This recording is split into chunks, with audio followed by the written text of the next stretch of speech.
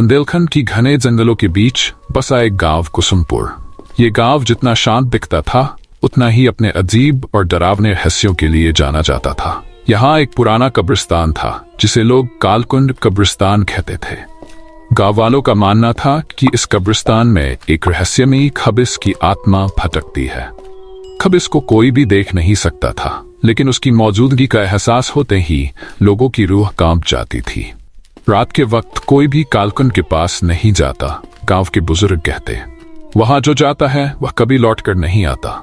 सुमित, एक युवा पत्रकार जो रहस्यमयी कहानियों पर लेख लिखने के लिए मशहूर था, कुसुमपुर पहुंचा।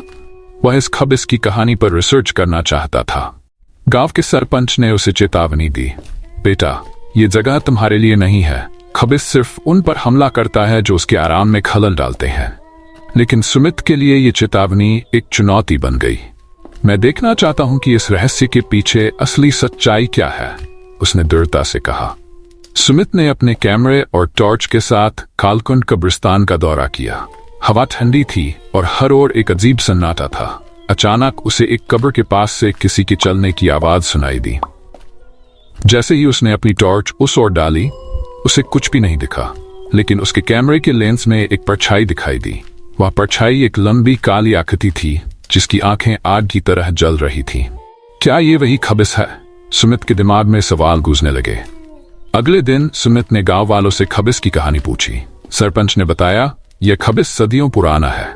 ये एक तांत्रिक था जिसने अमरता की खोज में अपनी आत्मा को दांव पर लगा दिया, लेकिन उसकी तंत्र विद्या असफल रही और वह एक खबिस बन गया।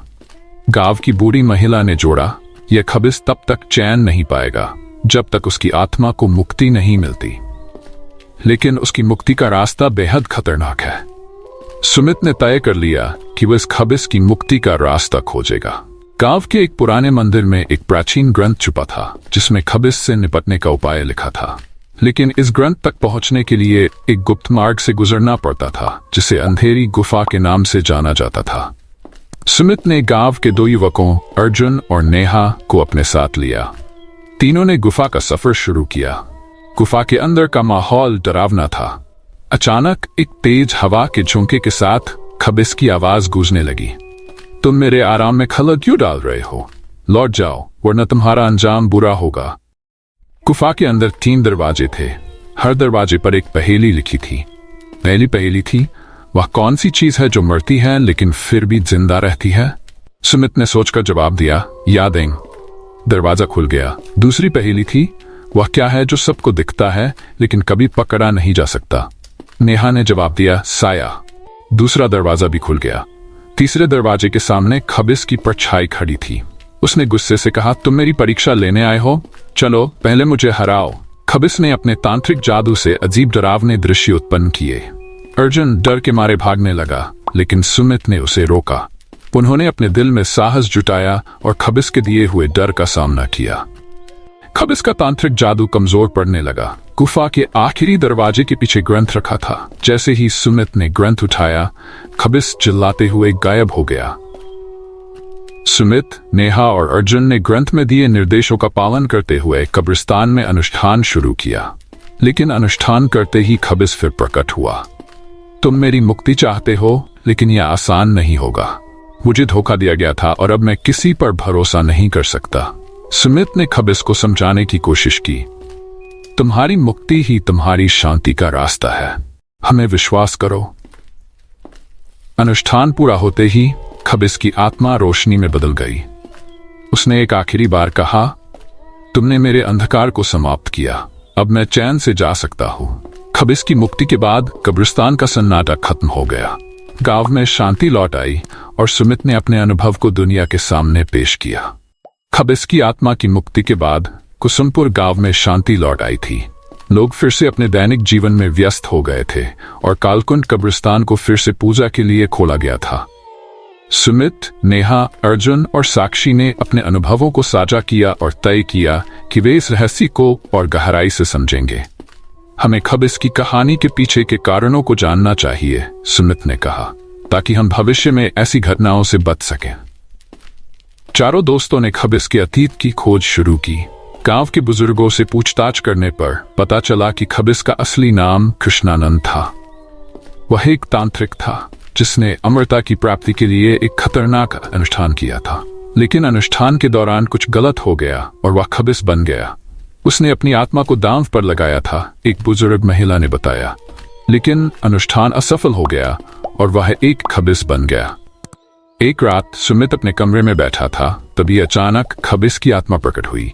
उसने कहा, तुमने मेरी मुक्ति के लिए जो किया उसके लिए मैं आभारी हूं, लेकिन मेरी आत्मा को शांति नहीं मिली है। सुमित ने पूछा, आपकी आत्मा को शांति क्यों नहीं मिली? खबिस ने उत्तर दिया, मेरे अनुष्ठान के दौरान मैंने एक प्राचीन शक्ति को जागृत किया था जो अब भी इस क्षेत्र में भटक रही है। सुमित और उसके दोस्तों ने खबिस की बातों पर ध्यान दिया और प्राचीन शक्ति के बारे में जानकारी जुटाने लगे। गांव के एक पुरातत्वविद ने बताया, यह शक्ति एक प्राचीन राक्षस की है जिसे कालराक्ष कहा जाता है। यह राक्षस अनुष्ठान के दौरान जागृत हुआ था और अब इस क्षेत्र में आतंक फैला रहा है। सुमित, नेहा, अर्जुन और साक्षी ने तय किया कि वे कालराक्ष का सामना करेंगे। उन्होंने पुरातत्वविद से मार्गदर्शन लिया और आवश्यक सामग्री एकत्रित की। एक रात वे कालकुंड कब्रिस्तान में एकत्रित हुए। हमें एक साथ मिलकर इस राक्षस का सामना करना होगा, सुमित ने कहा। जैसे ही उन्होंने अनुष्ठान शुरू किया, अचानक चारों ओर अंधेरा छा गया। एक विशाल राक्षस की आकृति प्रकट हुई जिसकी आंखें आग की तरह जल रही थीं। उसने गर्जना करते हुए कहा, तुम लोग मेरी नींद में खलल डाल रहे हो, अब तुम्हारा अंत निश्चित है। चारों ने साहस जुटाया और राक्षस का सामना किया। नेहा ने मंत्रोच्चारण किया, अर्जुन ने तंत्र विद्या का उपयोग किया, साक्षी ने राक्षस की आंखों में धूल फेंकी और सुमित ने त्रिशूल से वार किया। राक्षस ने चीखते हुए कहा, तुम लोग मुझे पराजित नहीं कर सकते, लेकिन अंततः चारों ने मिलकर राक्षस को पराजित किया और वह ध्वस्त हो गया। राक्षस की पराजय के बाद क्षेत्र में शांति लौट आई। खबिस की आत्मा ने चारों का धन्यवाद किया और कहा, तुम लोगों ने मेरी आत्मा को शांति दी है, अब मैं मुक्त हूं। उसके बाद खबिस की आत्मा आकाश में विलीन हो गई।